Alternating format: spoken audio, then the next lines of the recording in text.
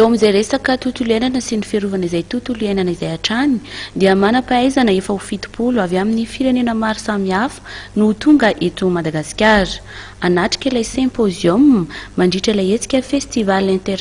international plainte écologie et couleur na IFPECO izay ho totosaindreo vondrona mpandraharaha avy ao amin'ny RIDA, FEM ary ny FOI. Amin'ny fahadimy ambin'ny folo hatramin'ny faharoapolo ny volana May izao no anatanterahana ny hetsika izay ompana indrindra momba ny loko. Andao arahana ny fanazavana miaraka amin'ny Sylvia Pazès komity mpikarakara ity hetsika ity eo amin'ny sarany Christian Rakotondramanga sy Lova Ramanatsoa. Nantin'ity conférence ity zany dia iteny hoe misy festival international goavana be no eto Madagasikara à partir amin'ny 15 mai jusqu'à 20 mai zany momba ny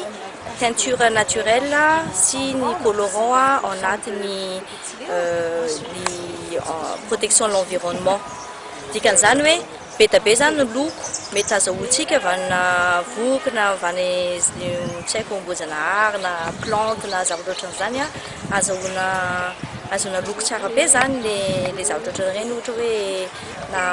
arongana io na netsy na inona moa tamtam na zavatra be dia be ohatran'izany tsy dia haintsika loatra zany le izy fa betabe any zany ny mpanao asa tanana Madagasikara mampiasa an'le izy fa mahatsara an'ity festival ity zany misy symposium anatin'io. Tanaty symposium io zany misy expert scientifique zany avany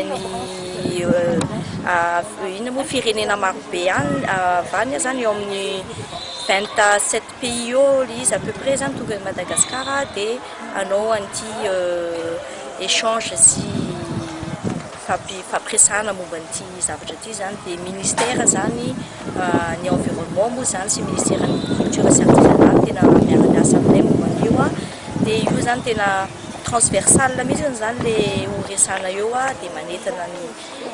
olona rehetrarehetra anatin'io secteur io zany voatonga mijery misy exposition vente eo misy symposium eo misy atelier démonstration misy boky betabe sy mémoire sy taratasy momba ny recherche rehetrarehetra ny olona eto Madagasikara any ivelany amin'io fotoana io.